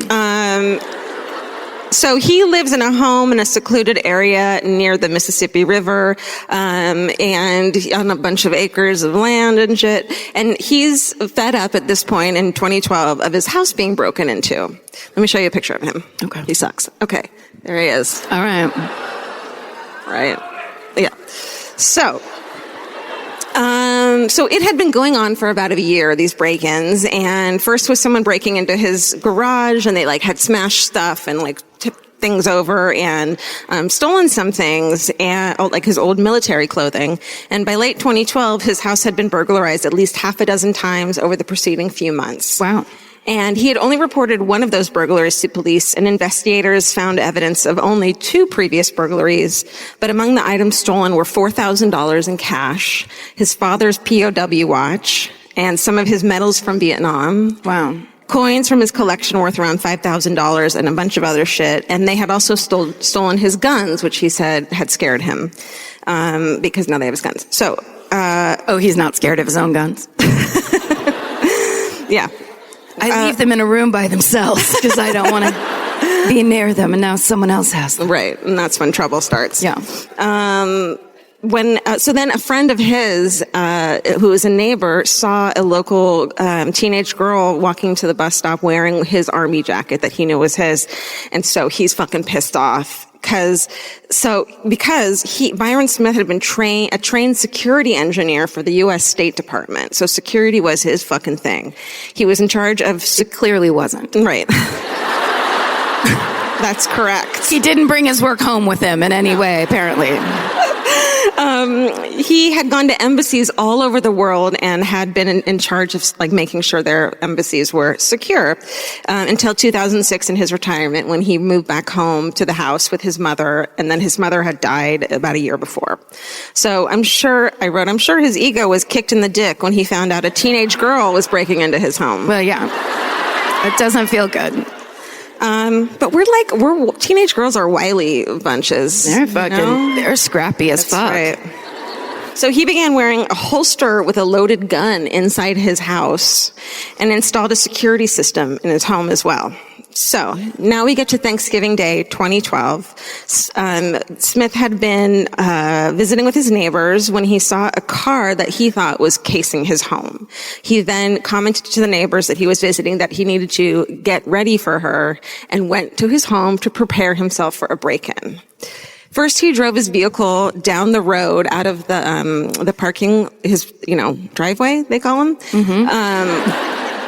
He drives his vehicle off his driveway and down the street, parking in front of a neighbor's home, so it looked like no one was home in his house. Then he went back to his house. He removed light bulbs from the ceiling light so it was dark, and he positioned a comfortable chair. It's a fucking lazy boy, let's be honest. In the basement so that it would be obscured from the view of someone walking down the basement stairs. So that's his fucking recliner. Okay. Between those two bookcases, and then so see that bookcase on the right? Yeah. In between that bookcase and the other one is where his recliner is. So the person walking downstairs wouldn't see him. Wouldn't know someone's sitting there. Exactly. And there's a Tiffany lamp and, shit like that. He still has exquisite taste, even though he's a super creep. Yeah. Okay. So he also loads 2 guns, a revolver and a rifle, which if you put them together would be called a revival. A revival. So a revival.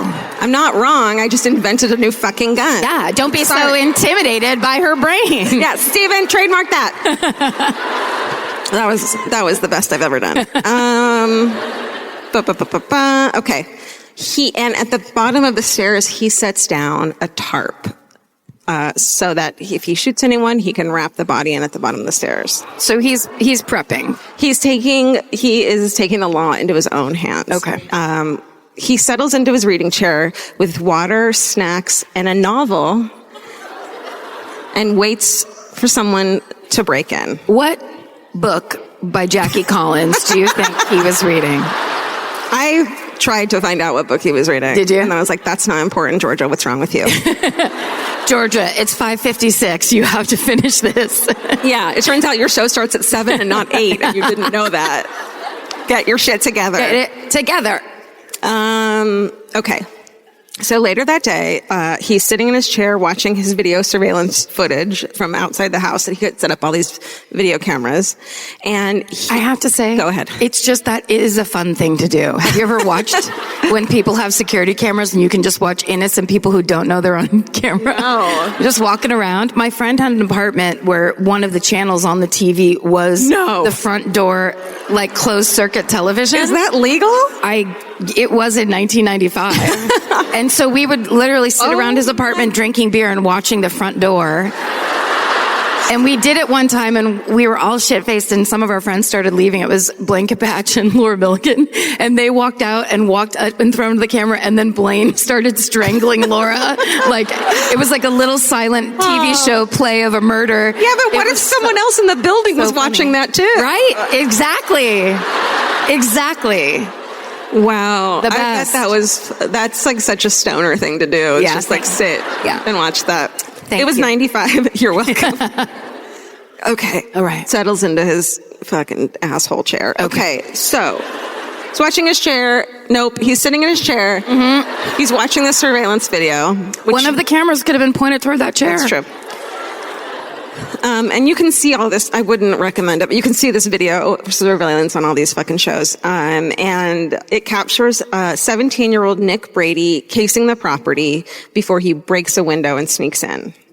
So downstairs, Smith hears the window break and proceeds to wait in silence for 12 minutes as Nick begins to looks around in the house, and then he starts to go downstairs. Like, in those 12 minutes, he could have called the cops. He had a phone right next to him and said, someone's breaking into my house. He could have done all of that. He doesn't. He waits in silence with because at this point, they've been fucking with the wrong person, essentially, and he's pissed. Yeah. And he's been paranoid. Yeah. It's a bad combination. It's like the perfect storm. Right. Yeah. Exactly. Okay. And so but he doesn't want the cops to be there. Otherwise he would have called them. Yeah, he wants to take care of business. So 12 minutes after he breaks in, Nick begins to descend the stairs into the basement. And as soon as Byron Smith in his chair sees Nick's, legs and hip, he shoots him twice.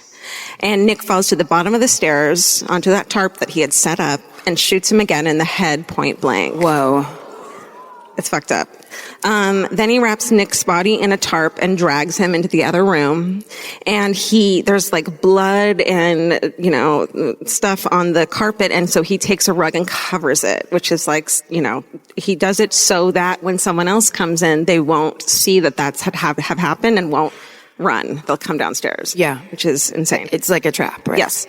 So, he washes his hands, some time goes by, and then he runs back to his chair and reloads his weapon and takes up his previous position in the obscured chair. And this is because, the reason he goes back to his chair is because not long after he had killed Nick, he had spotted Nick's 18-year-old cousin, Haley Kiefer. She was a senior at Little Falls High School, and she had been sitting in the car waiting for her cousin, Nick. She knew he was breaking in, and she had just been waiting in the car for him. They were very close, the cousins, Nick and Haley. They were more like siblings than cousins. And in the show Hear No Evil on Discovery ID, which is so brilliantly named, it's just, murders that have sound things in them. What do you mean? Hear No Evil, like recordings. Oh. Get it? Yeah, now I do. Because I explained it so well, I'm surprised you didn't get it on the Well, because so many things have sound things in them that I just was trying to figure out. Name one.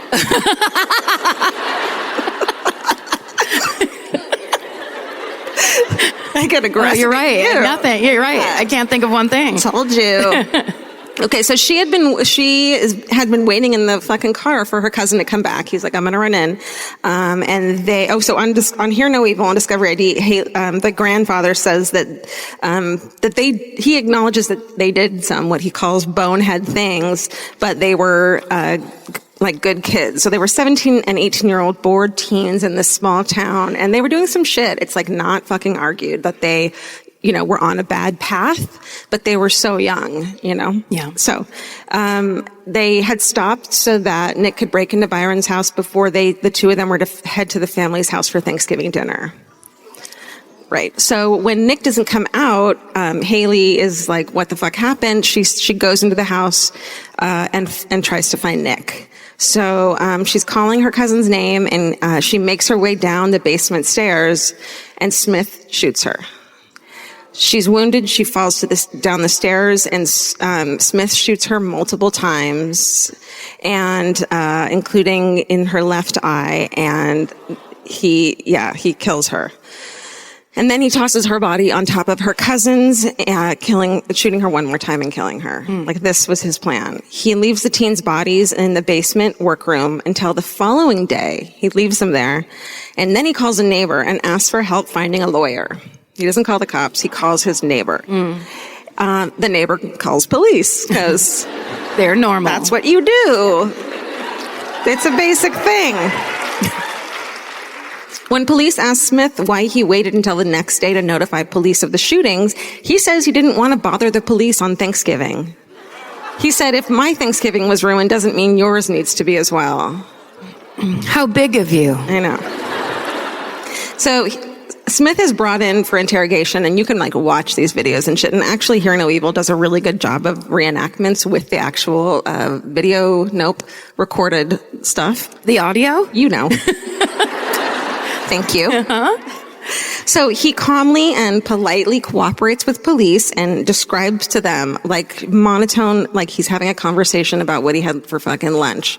He describes to them the events that led up to the murders and matter-of-factly describes the shootings in chilling detail. He tells authorities that he finished off Haley with the shot under her chin with the shotgun because a .22 caliber, quote, doesn't go through bone very well. He's explaining it like he went deer hunting or something. And he says that Haley, after she fell down the stairs when she got shot the first time, he had tried to shoot her with the shotgun again, but it had misfire, or it wouldn't shoot. What do they call it? Jammed. Thank you. And And then he says that she laughed at him when he did that. And so he said, quote, if you're trying to shoot someone and they laugh at you, you go again. But here's the thing. Before settling into his recliner in the basement, Byron Smith had set up a digital recorder, and there were at least 6 hours of audio of the entire event. Oh my God. Yeah. So when investigators listen, they find no record of Haley laughing, only her cries of fear. And you can find this pretty easily, and I recommend that you don't. It's really fucking troubling. She, after she shot the first time, she's heard on the recording screaming, I'm sorry, and oh my God. And he calls her a bitch and shoots her again and kills her. It's horrific. So, and there are other inconsistencies to Byron's claims of self-defense and fear. He said that he had done it because he was so scared someone was breaking his house, but it doesn't add up. Prior to the break-in, he's heard talking to himself on that recording, saying stuff like, in your left eye, which he had later shot Haley in her left eye.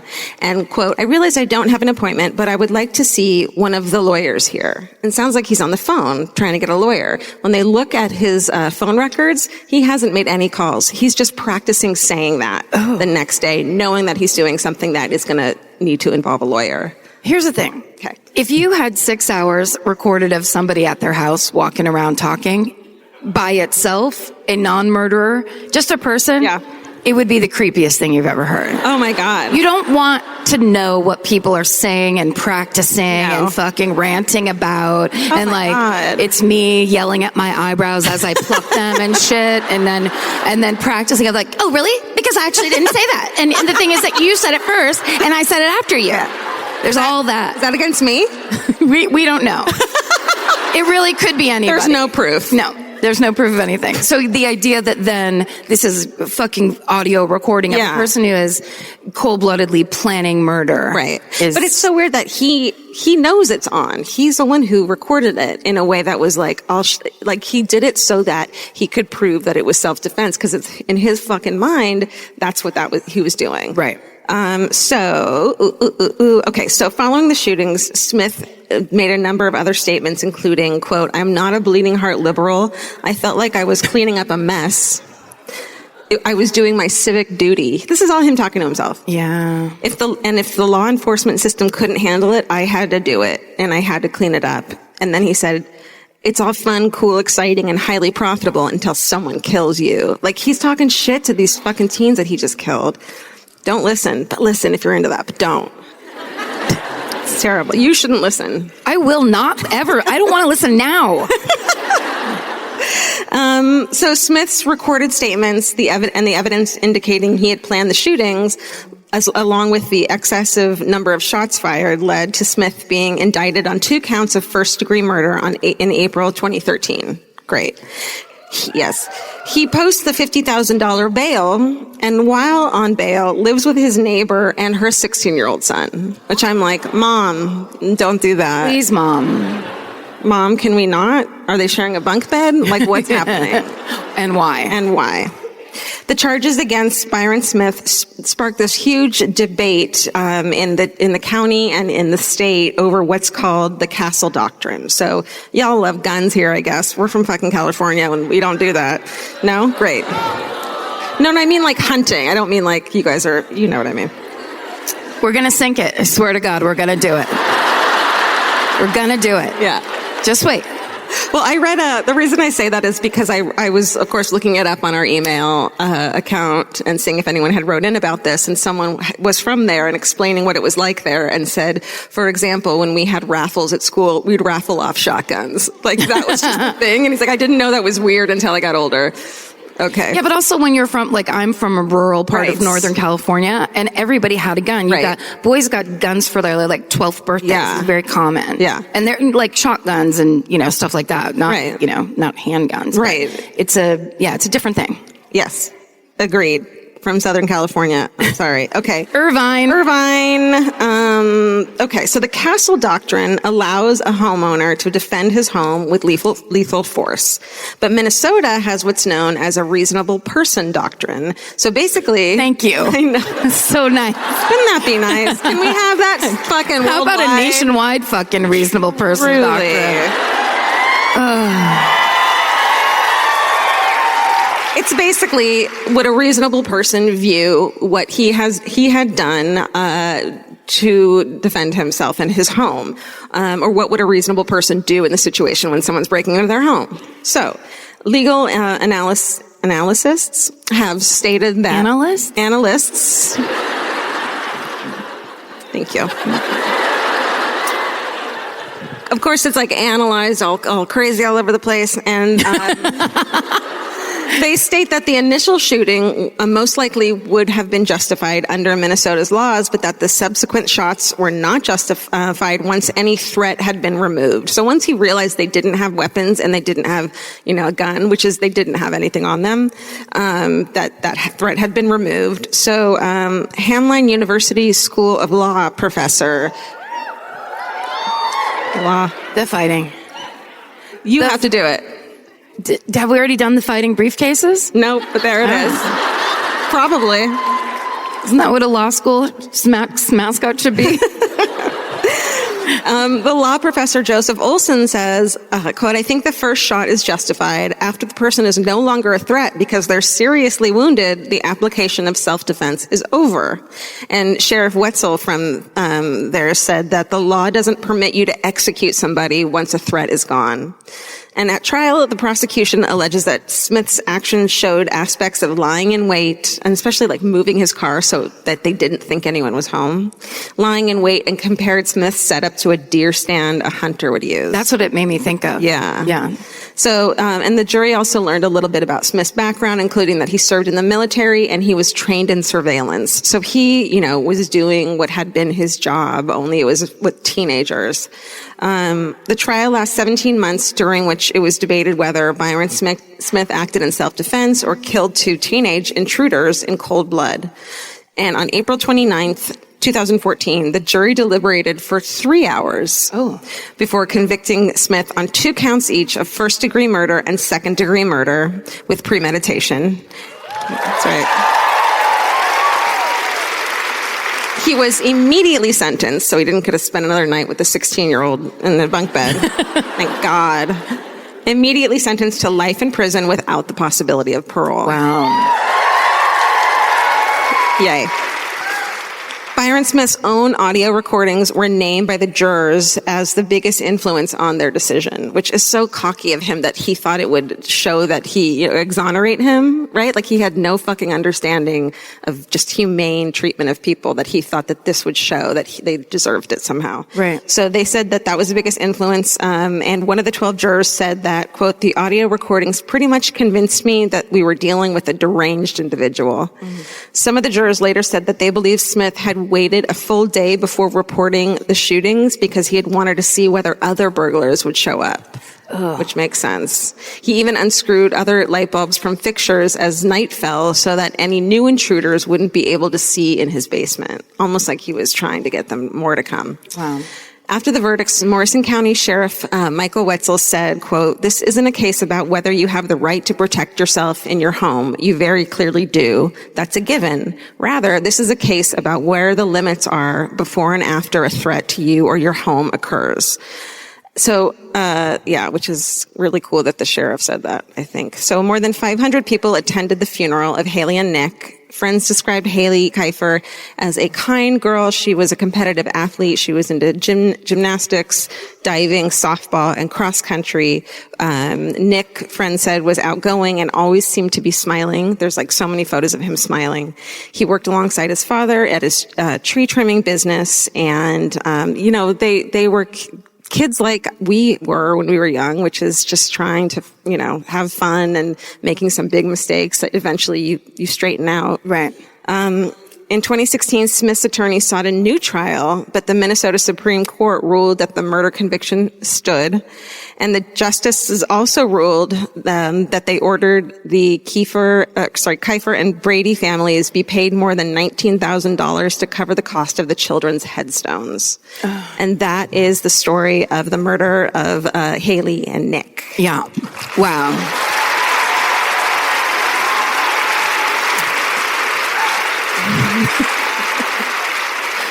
That's fucking heavy as shit. Right? Oh my God, Georgia. Right? What a dick.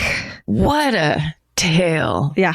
It's really sad. What a Thanksgiving tale. That one has stuck with me since I did it. So what's our hometown? Oh, so, well, the hometown is from the show that you just threw to. Right.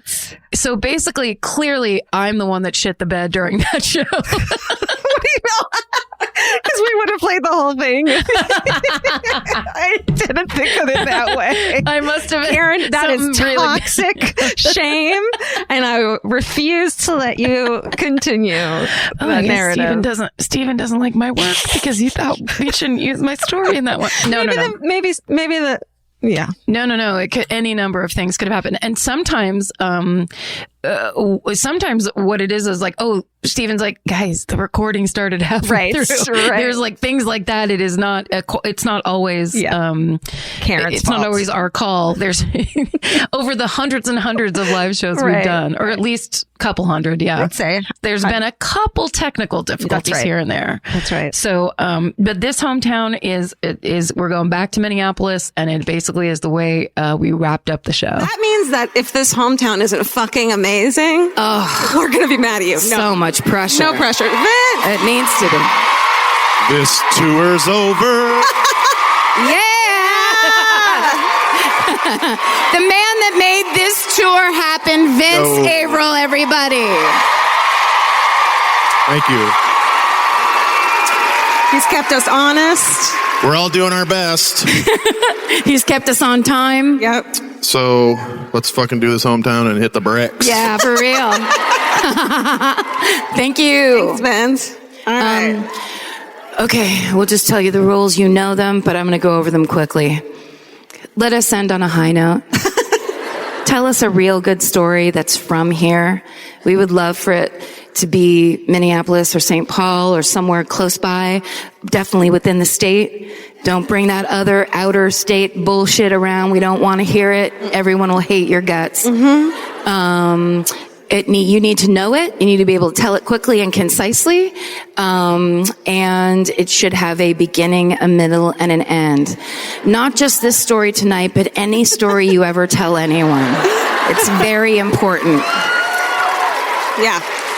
Don't point at anyone if you don't know their story, because I will blame you. That's right. It sucks. And now if as a group you could decide amongst yourself who has the best story. Pick someone. And then let the person with the best story stand. If you're a teacher, raise both your hands. Oh, God. Do you want to pick the last one? What? Do you want to pick the last one? No, I think you've been on a roll. You do a great job of it. Okay, with pink hair. Oh, shit. Oh, Jesus. It's like the Price is Right. Go that way. Go that way. Oh, no. Come on down. Hi, you guys. Hi! Are you all right? I don't understand how you're hanging up there. It makes no sense. Gravity. From this angle, it looks incredibly dangerous. Siri. Hi, Siri. It's Siri, everybody. Nice to meet you, Siri. Come over here. Where are you from? I'm from Eagan, Minnesota. Suburb. Okay. Suburb, she said. Yeah. What's your hometown? Okay, my hometown murder is the attempted murder of my grandfather, Eldon Underdahl. So, this is Heartland, Minnesota, 1970, about an hour and a half south of here, close to Albert Lea. Woo, yeah. And so, it's 1970 summer. My grandfather is like the pastor in town. So he performs... He's a pastor? Yes. Okay. Was. But, sorry. So he like performs all the marriage ceremonies, in town, cause small town. And so there's this couple that is to be married soon. Small town, everybody knows them. There's this weird man in town who is secretly obsessed with and in love with the woman in this couple.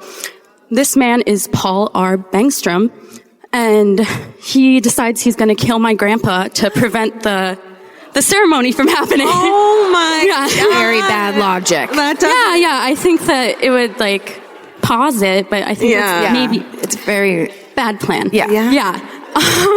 So one night he drives by my grandfather's house and shoots 4 bullets into the house. One goes into my dad and uncle's room. Like, could have hit one of them. I could like not exist, Heavy. Yeah. But like no one dies. They like wake up. They're like Like, what is that? How old are they? Like, kids are ranging from like 9 to 14. Oh, wow. At this point, yeah. And so they're like, what's going on? And my grandparents are like, just go to bed. We'll take care of it. Go back to bed in the room that just got shot up. Yeah. And so, but like the man, Paul Bengstrom, he just drives to the police department and like confesses and turns himself in. And so, I mean, he gave up pretty quick, but It is nice. yeah, nice of him. It is. But, so no one in my family got killed, but, his mother, who he lived with, he shot and murdered her shortly before driving to my grandfather's house. Oh, no. Yeah. So like the threat is super real. Oh my God. 1970s, be warned. Yeah. And he went to prison? And so, yeah, it was super hard to find any information about this, but there was like a few articles talking about like he was getting convicted of like attempted murder and like second degree murder. And according to my uncle, he went to prison.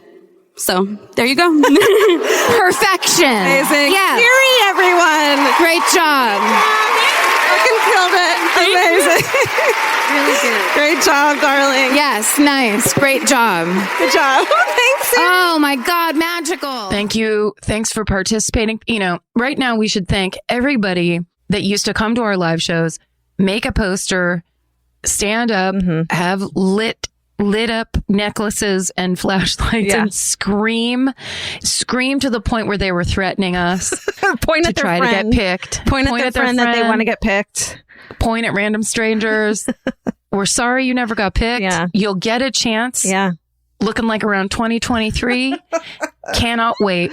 That's right. We should do a tour where we just require every audience member to get on stage and tell us any story at all. Well, what if and the we whole don't have to do anything? The whole show, the whole 90 minutes is just hometown. We don't even have to do homework anymore. It's just hometown after hometown. That's the pitch. After hometown. We sit on stage, we pass the mic, Yeah.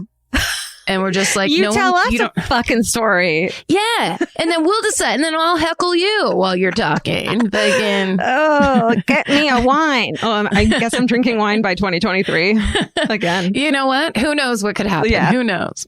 Hopefully, God willing. Can I just tell you this? This popped into my head. Yeah. So Vince Averill, America's husband, hipped me the last time I saw you guys, hipped me to using an app where someone goes grocery shopping for me. Oh, yeah.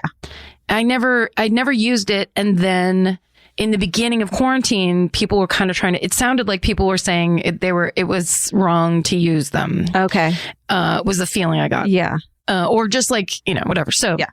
And Vince, so when I brought that up to Vince, he goes, yeah, just give him a big tip. And then they're already doing it. Yeah. And then you're saying thank you and you're fine. And I'm like, I really need to talk to you more often. So, today I ordered it. And at one point the guy had to text me and go, hey, sorry, they're all out of Haribo sour spaghetti, gummies. And I was like, it's fine. Just take it off. Oh, no. Like I had a conversation and he, no joke. He was like, they have these. And he kept telling me other gummies that they had. Just humiliating you after humiliation. Hi, Elvis, come here. It was almost like bullying, but he was trying to do his job the best he could. And I truly was like, it's for the best. At one point I texted him, it's for the best. Please take it off. It's for the best. It's not helping me or you anymore. I don't need that. But I swear, if you haven't tried Haribo sour spaghetti, all right. I'm telling you, is that the new? That's the new one. It's a new one because it's easier. It's easier and less messy to eat than a Nerds Rope, and it also has like it has a pencil eraser consistency when you're eating it. Stress relief. So you're kind of like stress relief. Exactly. Love it. Well, thanks for listening, everyone. If you got to this far, then you're a true follower, Murderino, and we appreciate you. We love you. We appreciate you. We hope you're taking it easy. Yeah. Please relax. We love you. Yep. Stay sexy. And don't get murdered. Goodbye. Elvis, you want a cookie?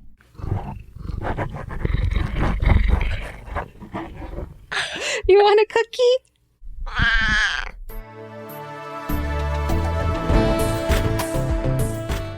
Hi, I'm Kara Klank. And I'm Lisa Traeger. And we are the amateur detectives who kind of investigate the vicious felonies that episodes of Law & Order SVU are based on. These are our stories. Dun dun! Tune into our new show, That's Messed Up, an SVU podcast, premiering December 8th on Exactly Right. Every Tuesday, we break down episodes of Law & Order Special Victims Unit, the crimes they're based on, and we interview actors from the show. Are we going to try to get Olivia Benson? Duh, of course. Are we also going to talk to the bartender who doesn't stop unloading glasses while he recounts a murder victim's exact drink order? Yes. And you might be thinking, oh no, do I have to have seen all 479 episodes to enjoy the show? No, you don't. We have done that for you. Hello, USA Network. Thanks for all your characters. We'll take you through the episode and then do a deep dive into the true crime it's based on. Look, it's SVU, so we're covering some pretty messed up cases. But we're comedians, so we're also going to talk about Benson's hair. Yeah, you're going to get it all. Classic cases like Mary Kay Letourneau, Casey Anthony, and Elizabeth Smart. And lesser-known cases like the Ken and Barbie killers, the Collier brothers, and the boogeyman of Westfield. Join us as we learn new things. Why does anybody go to Hudson University in the SVU universe? It is literally riddled with rapes and murders. In real life or on SVU, there is always problems. Hudson University is not real. Oh, it's not? No. Wow, learning something every episode. I did not know that. And we share super deep observations. The news gets out, she's a cyberbullier, and there's like a Beauty and the Beast style like brigade. Oh yeah, a mob goes to her house, which I always find so funny. And it's like in New York City, people don't talk to their neighbors, but in this show, people are constantly like at a neighbor's house, like, get out of here, you rapist. We've got opinions on judges. Judge Palumbo. He is disgusting. I'm getting chills thinking about this judge. Lawyers. Buchanan for sure got his law degree at Trump University. Suspects. So we meet Dizzer, Fidelia's baby daddy, and he's a true monster wearing gold chains and a t-shirt that says Wreckin' Dex and Gettin' Sex. And he's DJing somewhere and trying to use slang with Ice-T. And Ice-T's like, I will kill you. And our powerful, beautiful queen, Mariska. I just feel like Mariska Hargitay is physically incapable of having a bad haircut. I mean, even that spiky season 2 look, it's still a serve. She does it. You know what I mean? And all those moments we love SVU for. What a twist. We learned that this guy learned how to butt chug alcohol via his mother. He's been helping his mother butt chug for years. And we've interviewed some incredible guest stars who spill all the tea. Can I be honest? Yes. Yeah. This is truly a scoop I didn't imagine a minute in. I was like, if I don't get my interrogation with Mariska, I'm out of here. I so appreciate you breaking your no interview rule for us. You're asking me this with 2 minutes to spare. So be sure to listen to That's Messed Up, an SVU podcast, when it premieres Tuesday, December 8th on Exactly Right. Subscribe right now on Stitcher, Apple Podcasts, or wherever you pod. Dun dun.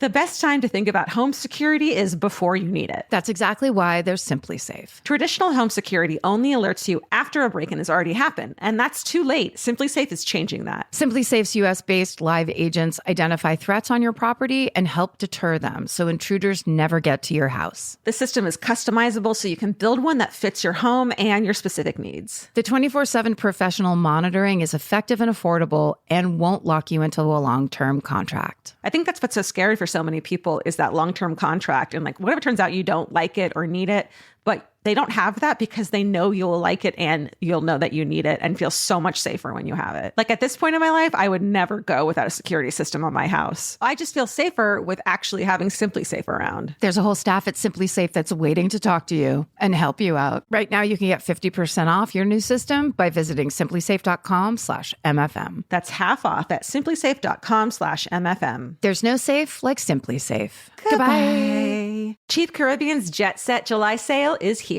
Right now, save $200 on vacation packages of 4 nights or more with promo code 200BEACH. Whether you're dreaming of Cancun, Jamaica, or the Dominican Republic, your next vacay just got more affordable. Don't let summer pass you by without the beach. Use promo code 200BEACH and get more sand for your dollar. Head to cheapcaribbean.com today to book your beach vacay. Goodbye. Capture your favorite summer feeling with Pandora Jewelry. Discover a collection inspired by the sunshine, freedom, and moments that make the season unforgettable. From sun-kissed metals to personalized pieces ready to be engraved with your summer mantra. Each design moves with you from beach days to golden nights and every memory in between. Shop Pandora Jewelry's new summer collection in-store or online at pandora.net and let your summer unfold. Goodbye.